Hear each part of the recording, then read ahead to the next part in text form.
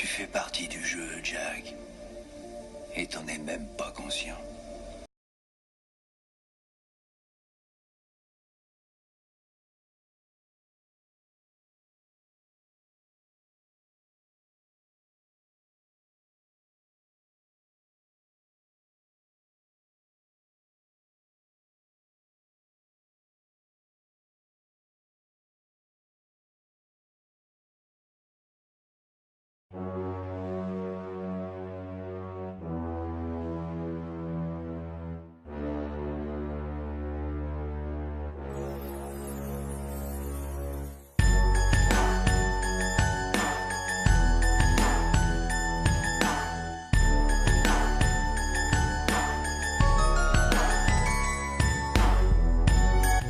Et si l'on vous démontrait que ce que vous croyez être Noël dans votre esprit n'est pas vraiment ce que Noël est en réalité? Et si je vous prouvais que Noël a été attaché au christianisme avec l'intention illusoire de faire en sorte que ceux qui suivent le christianisme adorent Satan? Et si cela vous montrait que vous étiez systématiquement amené à prendre part chaque année à ce rituel satanique appelé Noël, et que vous étiez responsable de l'autonomisation des forces démoniaques, et que vous ne saviez même pas. Ça a l'air fou, n'est-ce pas? Je sais. Mais rien ne paraît vraiment ce qui semble être. Vous voyez, le problème est que vous ne posez pas de questions, mais vous vous contentez de faire comme d'autres. Vous avez été programmé pour aller avec le système en place.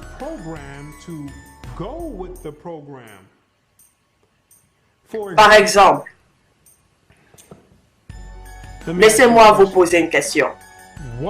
Pourquoi apportez-vous un arbre dans votre maison le 25 décembre? Qu'est-ce que cela signifie?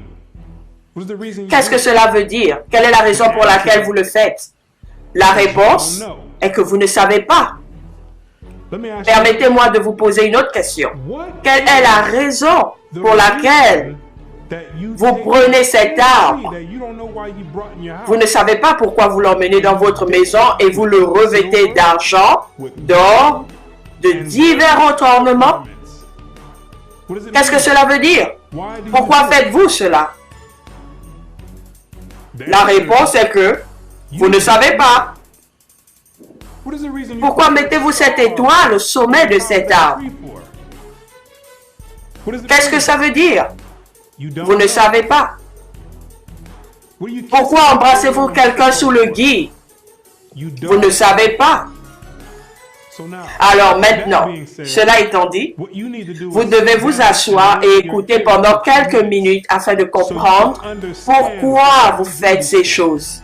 Vous pouvez obtenir l'origine de ces choses et ensuite vous pouvez décider consciemment si vous voulez continuer ou si vous voulez vous en passer. Parce que vous avez été naïvement poussé à adorer Satan. Je vais vous montrer exactement comment Satan a infiltré le christianisme avec Noël.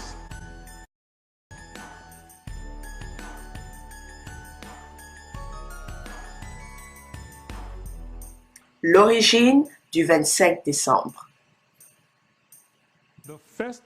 Les fêtes de Rome sont innombrables, mais 5 des plus importantes peuvent être élucidées. Ce jour de Noël, la fête de l'Annonciation, Pâques, la nativité de Saint Jean et l'Assomption. Chacune d'entre elles peut être prouvée être babylonienne. Et d'abord, en ce qui concerne la fête en l'honneur de la naissance du Christ ou Noël, comment se fait-il que le festival ait lieu le 25 décembre? Il n'y a pas un mot dans les Écritures sur le jour précis de sa naissance ou le moment de l'année où il est né. Ce qui est enregistré ici implique que, quelle que soit l'heure à laquelle sa naissance a eu lieu, Cela ne pouvait pas être le 25 décembre. Le 25 décembre remonte au début de la civilisation dans l'ancienne Babylone. Au cours du solstice d'hiver, selon la mythologie, c'est le jour où le soleil commence à regagner son empire et à conquérir la nuit. Car pendant le solstice d'hiver, il s'agit de la période où la nuit est plus longue de toute l'année. Et le jour affiche la durée la plus courte de l'année.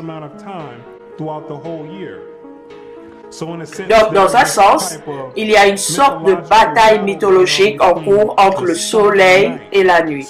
Ainsi, ce qui a succédé au solstice d'hiver, c'est une augmentation graduelle du soleil, allant de son point le plus bas jusqu'au solstice d'été, où il se rend à son point le plus élevé. Les païens ont alors pris cela comme un signe duquel le soleil commençait à reprendre sa domination pendant la nuit. Et ils ont commencé à en faire des divinités. Ainsi, par exemple, vous avez le dieu égyptien Horus, né au solstice d'hiver du 25 décembre. Vous avez le dieu grec Hélios, qui est né au solstice d'hiver du 25 décembre. Vous avez le dieu gréco-romain Apollo, né le 25 décembre. Vous avez le dieu hindou Mitra, qui est également né le 25 décembre. Et vous avez le démon de tous les démons, la divinité nommée par tous après Nimrod, qui, après la mort de Nimrod, fut élevé au titre de Dieu par sa mère Sémiramis et prétendit être devenu le Dieu Soleil. Il est également né le 25 décembre. La vérité cachée. Les érudits savent, et tous les membres de l'élite savent, que le 25 décembre a toujours été utilisé comme un jour païen pour invoquer les esprits et les démons. Il a toujours été utilisé de façon. Alors maintenant, ce qu'ils ont fait, c'est prendre la Bible et l'infiltrer, puis lui donner le nom Christ et obtenir que le monde entier conjure les esprits et donne le pouvoir aux démons le 25 décembre, alors que cela n'a rien à voir avec la naissance de Christ. Au moment où l'ange a annoncé sa naissance au berger de Bethléem, ils nourrissaient leurs troupeaux de nuit dans les champs. Maintenant, il ne fait aucun doute que le climat de la Palestine n'est pas aussi rigoureux que celui de ce pays.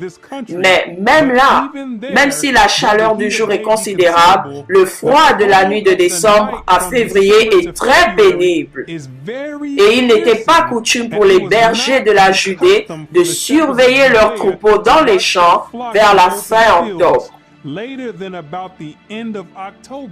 Ce que la Bible dit, c'est qu'au moment de la naissance du Christ, les bergers nourrissent les troupeaux et les font paître la nuit.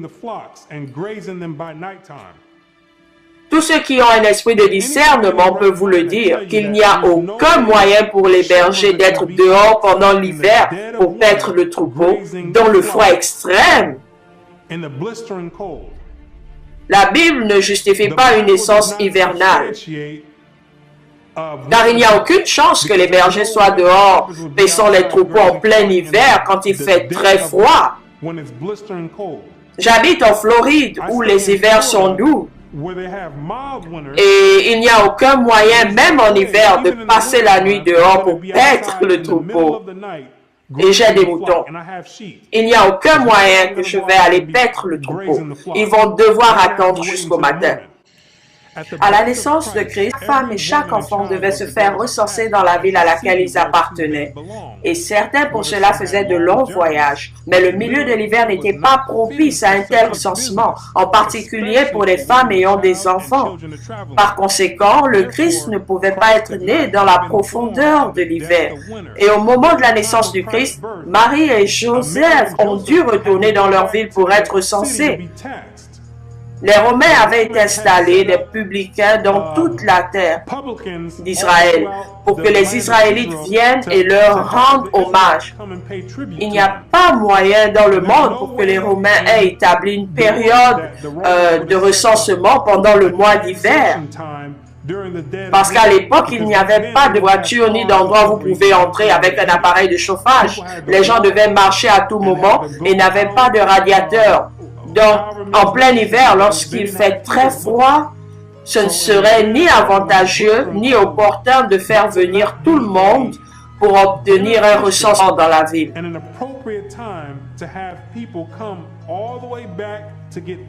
Zondervan Dictionnaire biblique compact, Noël.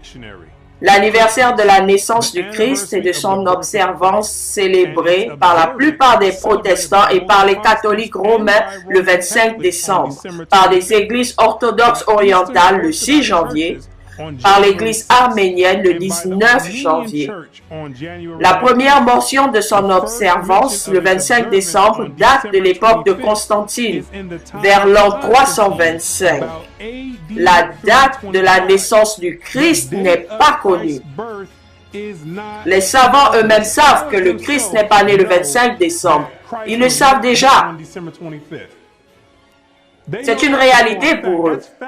Mais le gouvernement demande aux prédicateurs de sortir et de vous raconter un mensonge fabriqué, de vous enseigner et de participer à des rituels sataniques pendant qu'ils observent, car ils connaissent déjà la vérité. Et pendant que vous êtes ici en train d'invoquer des démons, ils se mettent à rire de vous, à en profiter et à prendre le pouvoir. Constantin lui-même savait, quand il l'a inventé, que Christ n'était pas né le 25 décembre. Il savait que c'était un rituel païen qui était transmis des Babyloniens aux Égyptiens jusqu'aux Grecs, aux Romains. Tout ce qu'ils allaient faire, c'était de mettre ensemble, de faire croire à tous les chrétiens qu'ils adoraient Christ, alors qu'ils savaient pertinemment que cela n'avait rien à voir avec la naissance de Christ. Le système gouvernemental d'aujourd'hui sait que ça n'a rien à voir avec Christ, mais il ne va rien dire. Ils l'écrivent dans les livres, ils ne diront rien parce que vous invoquez des esprits et donnez le pouvoir aux forces démoniaques qui régissent la terre. Comment alors l'Église romaine a-t-elle fixé le 27 décembre comme jour de Noël? Pourquoi donc, bien avant le 5e siècle et bien avant l'ère chrétienne, une fête était célébrée parmi les païens? À cette époque précise de l'année, en l'honneur de la naissance du fils de la reine des cieux babyloniens, pendant le temps des Romains, ils ont eu une célébration pendant le même temps de décembre appelée les Saturnales, où ils se promènent et se donnent des cadeaux, chantent des chansons et ont un tas d'orgies, un festival de monstres. Cela a commencé avec 2 jours, du 17 au 19 décembre. Ensuite, cela a été prolongé à 1 semaine. Ainsi, les Romains de l'Antiquité fêtaient déjà Noël avant de savoir quoi que ce soit au sujet d'un Christ. La différence, c'est qu'ils célébraient et adoraient le dieu babylonien Nimrod, réincarné en Tammuz. Ils ont changé le nom en Saturne. C'est le même dieu divinisé que le dieu soleil. Et ils lui rendent hommage et l'adorent avant même d'avoir entendu parler d'un Christ. Et si vous connaissez l'histoire, c'est Rome qui a commencé à donner sa religion au monde entier. Rome, c'est d'où vient votre église chrétienne, c'est d'où vient votre église catholique, les protestants, les baptistes, tous ceux qui prônent la Rome païenne. Et c'est de là que vient votre Noël. Ils fêtaient Noël avant d'entendre parler d'un Christ. C'était déjà la fête de Noël. Et on peut raisonnablement supposer que pour concilier les païens et augmenter le nombre d'adhérents nominaux du christianisme, le même festival a été adopté par l'Église romaine, ne lui donnant que le nom de Christ. Cette tendance de Noël a rencontré le paganisme à mi-chemin et se développa très tôt. À l'époque de l'empereur romain Constantin, le christianisme avait déjà été détourné. Donc, Constantine avait un plan diabolique pour gagner des convertis et faire en sorte que tout le monde se réunisse dans le christianisme. Mais beaucoup de païens de Rome ne voulaient pas se soumettre aux directives du christianisme à l'époque. Alors Constantine a conçu le plan et a dit, vous savez quoi? Ne vous inquiétez pas de cette Saturnale. Vous n'êtes pas obligé de l'abandonner. Nous l'avons incorporé cela dans le christianisme et nous allons l'appeler Noël. Nous pouvons donc avoir le meilleur des deux mondes. Nous pouvons vous laisser adorer toujours le dieu Saturne, mais tout ce que nous ferons, c'est que nous placerons le visage de Christ dessus. Et quand les païens ont entendu cela, ils étaient tous d'un commun accord. Si nous pouvons toujours continuer à faire des Saturnales, nous n'avons aucun problème à unir nos forces aux chrétiens, car les Saturnales étaient la façon dont on célébrait Noël. La manière à laquelle Noël est célébré aujourd'hui, c'était de la même manière que les Saturnales étaient célébrées par rapport à son ampleur. C'était le festival le plus important des Romains à l'époque. Et nous trouvons Tertullien, même à son époque, vers l'an 230, déplorant amèrement l'attitude hypocrite des disciples du Christ vis-à-vis de cette abomination. Et cela contraste avec la stricte fidélité des païens à leur propre superstition. Par nous, dit-il, qui sommes étrangers au sabbat, aux nouvelles lunes et aux fêtes, jadis acceptables pour Dieu, les Saturnales, la fête de janvier, les Brumalia et la fête des mères sont désormais fréquentées. Les cadeaux du jour de l'an sont faits avec le vacarme et les sports et les banquets sont célébrés avec tumulte. Oh, combien plus fidèles sont les païens pour leur religion qui prennent un soin particulier à ne pas adopter la moindre solennité de la part des chrétiens. Quelques hommes droits s'efforcent d'arrêter le cours des choses, mais malgré tous leurs efforts, l'apostasie perdurera jusqu'à ce que l'Église, à l'exception des petits restes, soit submergée par la superstition païenne. Le christianisme a été déjà fortement infiltré par la ville. Ils ont déjà commencé à changer le nom du culte. Ils l'ont changé du sabbat vendredi et samedi au coucher du soleil. Ils l'ont changé en dimanche. Les Romains l'ont fait. Un autre jour païen. Le Très-Haut a commandé d'adorer le sabbat et c'est ce qu'ils ont fait. Les Israélites l'ont fait à l'époque de Christ. Constantine a fini de le changer et de lui ajouter des jours païens dimanche, culte du soleil. Ils avaient déjà commencé à changer les doctrines. Ils avaient quelques hommes de bien qui en ont fait confirmer la véritable doctrine du Christ et sa véritable essence. Et après un certain temps, le christianisme a été inondé de rituels et coutumes païennes, de sorte que les hommes qui ont défendu la doctrine originale ont fini par être inondés parce que les païens étaient déjà plus nombreux dans l'Église chrétienne. Noël était à l'origine un festival païen, cela ne fait aucun doute. La période de l'année où les cérémonies avec lesquelles elle est encore célébrée prouvent son origine. En Égypte, le fils d'Isis, titre égyptien de la reine des cieux, est né à cette époque même, l'époque du solstice d'hiver. Le nom même par lequel cette fête est communément connue parmi nous, jour de Noël, prouve bien son origine païenne et babylonienne. Noël est le nom chaldéen qui désigne un bébé ou un petit enfant. Et le 25 décembre a été appelé par nos ancêtres païens anglo-saxons jour de Noël ou le jour de l'enfant. Et la nuit qui l'a précédé, nuit de la mère. Bien avant qu'il n'entre en contact avec le christianisme, prouve suffisamment son vrai caractère. L'origine des bougies de Noël. Dans certaines parties de l'Angleterre, les bougies allumées la veille de Noël et utilisées aussi longtemps que durent les fêtes sont allumées de la même manière par les païens à la veille de la fête du dieu babylonien afin de l'honorer. C'était l'une des particularités distinctives de son culte d'avoir à allumer des bougies en cire sur ses autels. L'allumage des bougies. Quand vous et votre famille vous réunissez, souriez, allumez des bougies, oui, ça veut dire quelque chose. L'ancienne coutume babylonienne commémorant et vénérant la naissance de Nimrod, Satan lui-même. Les gens pensent que ces coutumes ont surgi de nulle part, alors qu'elles existent depuis le début des temps et qu'elles ont inondé et ont trouvé leur chemin jusqu'à la société moderne. Les mêmes coutumes sont reprises, mais avec un autre nom. À l'époque, c'était Babylone. Aujourd'hui, c'est la messe avec Christ. C'est la même coutume, le même rituel, la même coutume, le même culte, la même personne. L'origine du sapin de Noël.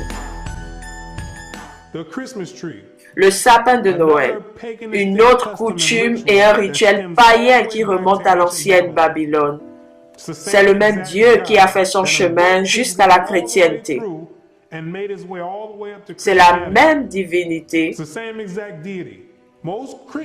La plupart des chrétiens ne savent même pas que l'arbre de Noël est dans la Bible. Dieu condamne le sapin de Noël. C'est une abomination. Il vous dit de ne pas vous amuser avec en tant que chrétien qui avait lu la Bible. Si vous ne le savez pas, c'est parce que vous ne l'avez jamais lu. La plupart des chrétiens ne lisent jamais la Bible, car s'ils le faisaient, ils sauraient qu'ils ne sont pas supposés avoir affaire à un arbre de Noël ou tout autre type d'arbre. En plaçant des ornements et en plaçant des cadeaux dessous, vous sauriez que c'était une ancienne coutume, une coutume païenne et une doctrine satanique, culturelle, luciférienne. Jérémie 10, 1, 4. Écoutez la parole que l'Éternel vous adresse, maison d'Israël. Ainsi parle l'Éternel. N'imitez pas la voix des nations et ne craignez pas les signes du ciel, parce que les nations les craignent. Car les coutumes des peuples ne sont que vanité. On coupe le bois dans la forêt, la main de l'ouvrier le travaille avec la hache, on l'embellit avec de l'argent et de l'or, on le fixe avec des clous et des marteaux pour qu'il ne branle pas.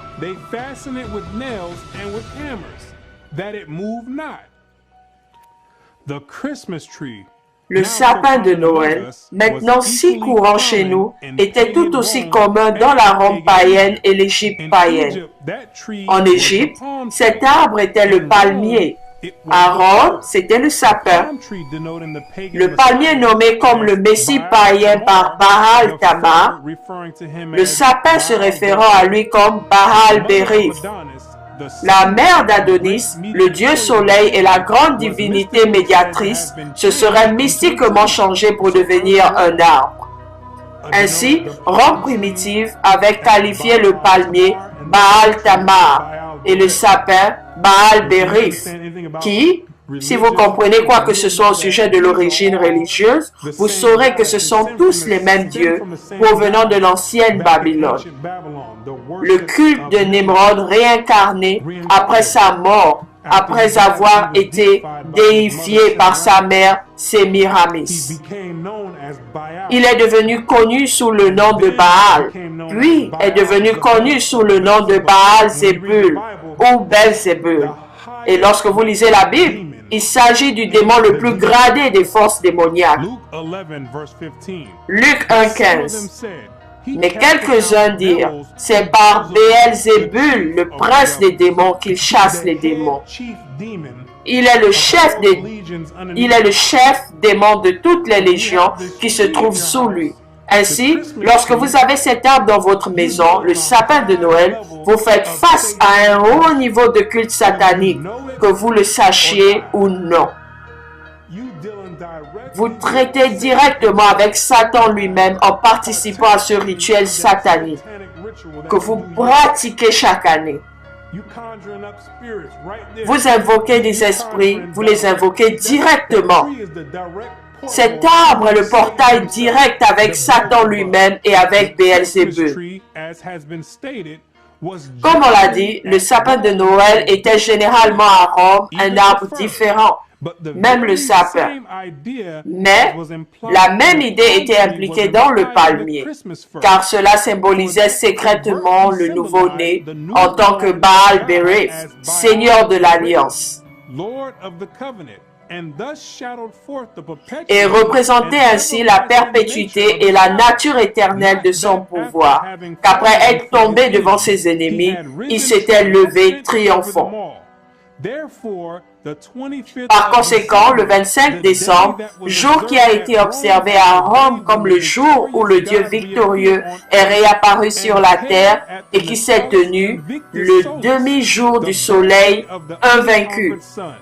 Maintenant, la bûche de Noël est la souche morte de Nimrod, divinisée en Dieu Soleil, mais réduite par ses ennemis. Le sapin de Noël Nimrod, le Dieu tué, revient à la vie. Ainsi, la bûche de Noël est une représentation de Nimrod battu, de sa mort. Ensuite, vous mettez les bûches dans la cheminée. La plupart des gens ne font pas cette partie du rituel parce que la plupart d'entre vous n'ont pas de cheminée pour la mettre. Ceux qui ont de l'argent sont ceux qui peuvent avoir une cheminée chez eux et qui pourraient participer à ce rituel. Ensuite, après que la bûche de Noël est brûlée le jour de Noël, cela représente la réincarnation de Nimrod, qui est l'arbre de Noël, avec les cadeaux en dessous, car la légende raconte qu'après la réincarnation de Nimrod, il était venu dans la nuit laisser des cadeaux sous l'arbre. C'est donc tout un rituel qui se fait et vous ne savez pas du tout pourquoi vous le faites. Vous complétez un rituel satanique et vous ne savez pas du tout pourquoi vous le faites. Vous êtes programmé socialement pour prendre part à cette coutume démoniaque. Et vous ne savez pas pourquoi vous le faites. Ainsi, l'hypnose commence juste après la fin de novembre et vous êtes bombardé par tout type de chants de Noël, de films et de lumières de Noël, de couleurs différentes. Et il est bien évident que Noël n'a rien à voir avec la naissance de Christ.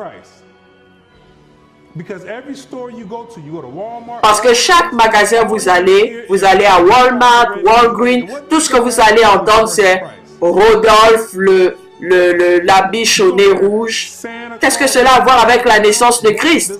Vous allez entendre le Père Noël arrive en ville. Qu'est-ce que cela a à voir avec la naissance de Christ? Et puis en plus de cela, ils mêlent une petite partie de leurs croyances religieuses simplement pour masquer la vérité, pour semer la confusion et faire croire aux gens que c'est normal et que cela a à voir avec Christ.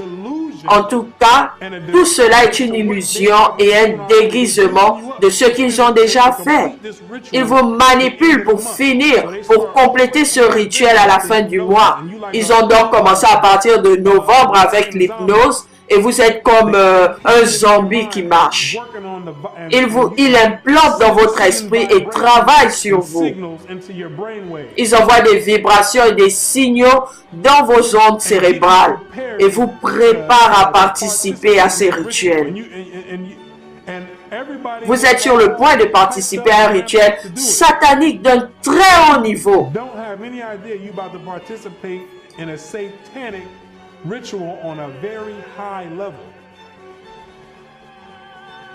Et les chrétiens parlent d'eux, vont remettre le Christ à Noël.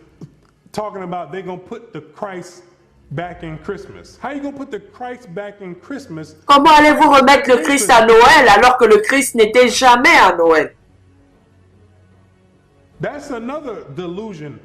C'est une autre illusion de voir les gens penser qu'ils font quelque chose de bien.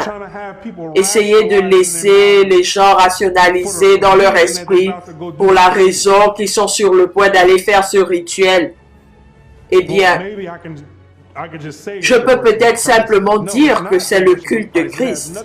Non, ce n'est pas l'adoration de Christ. Cela n'a rien à voir avec Christ et c'est évident. Lorsque vous regardez à la télévision, vous allez voir le Père Noël, vous allez voir Rodolphe, vous allez voir les bonhommes de neige. Qu'est-ce que cela a à voir avec Christ?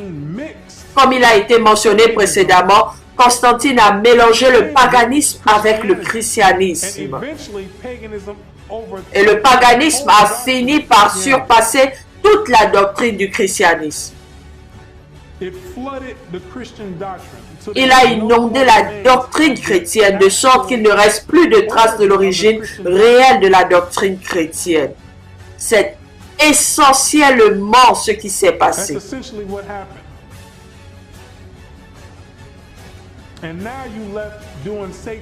Et maintenant, vous êtes en train de faire un culte satanique. Voilà comment Satan est intelligent. Il va se faufiler jusqu'au christianisme. Et personne ne prendra jamais le temps de regarder et de dire que vous savez quoi? Laissez-moi trouver ce qui ne va pas.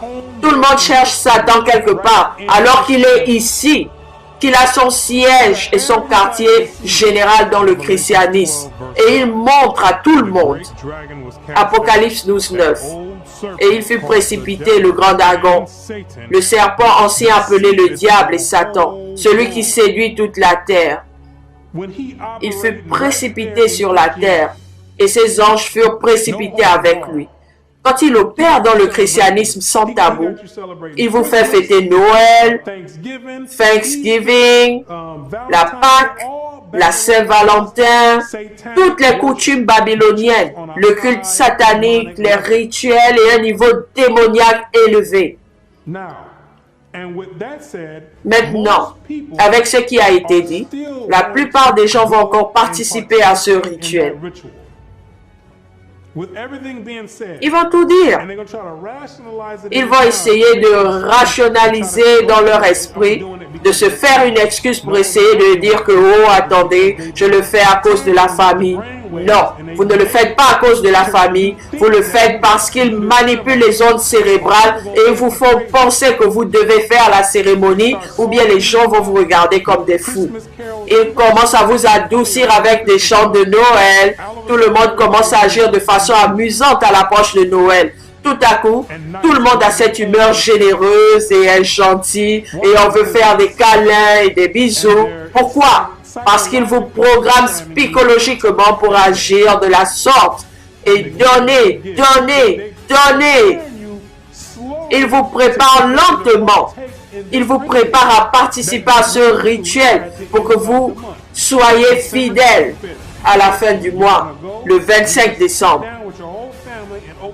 Vous serez là, assis avec toute la famille à ouvrir des cadeaux et vous allez le faire au nom de Satan déguisé en Noël, pensant que c'est un culte au Christ. Quand ça n'a rien à voir avec cela. Tout le monde devient sympa et amical pour la saison des fêtes et de fin d'année. Qu'en est-il du reste du mois? Pourquoi personne n'est vraiment gentil?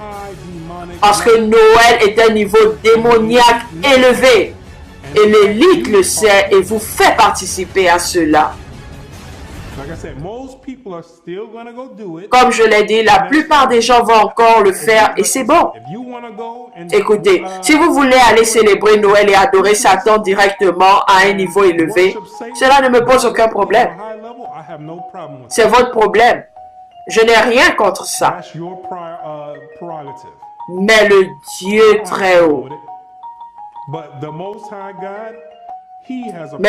très haut, lui a un problème avec cela.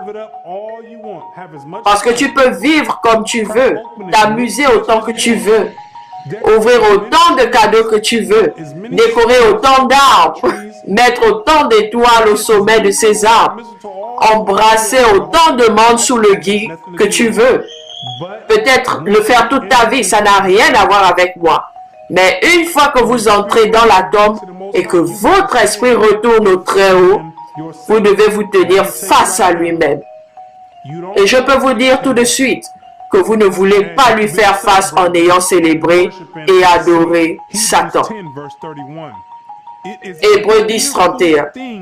C'est une chose terrible de tomber entre les mains du Dieu vivant. Parce que tu vas devoir répondre pour ça. Vous serez assis là-bas à répondre de chaque action et de chaque acte que vous avez commis. Vous allez devoir en répondre. Je ne vais pas devoir en répondre, je dois répondre de mes propres actes. 2 Corinthiens 5, 10. Car il nous faut comparaître devant le tribunal de Christ afin que chacun reçoive selon le bien ou le mal qu'il aura fait étant dans son corps. Ceci étant dit, si vous voulez continuer à adorer et célébrer Noël, qu'il en soit ainsi. Mais à ceux qui ont une oreille attentive, laissez-les entendre et vous en sortirez. Vous échapperez au système et vous sortirez de la matrice. Ainsi, vous savez maintenant quelle est l'origine de Noël et les rituels auxquels vous participez.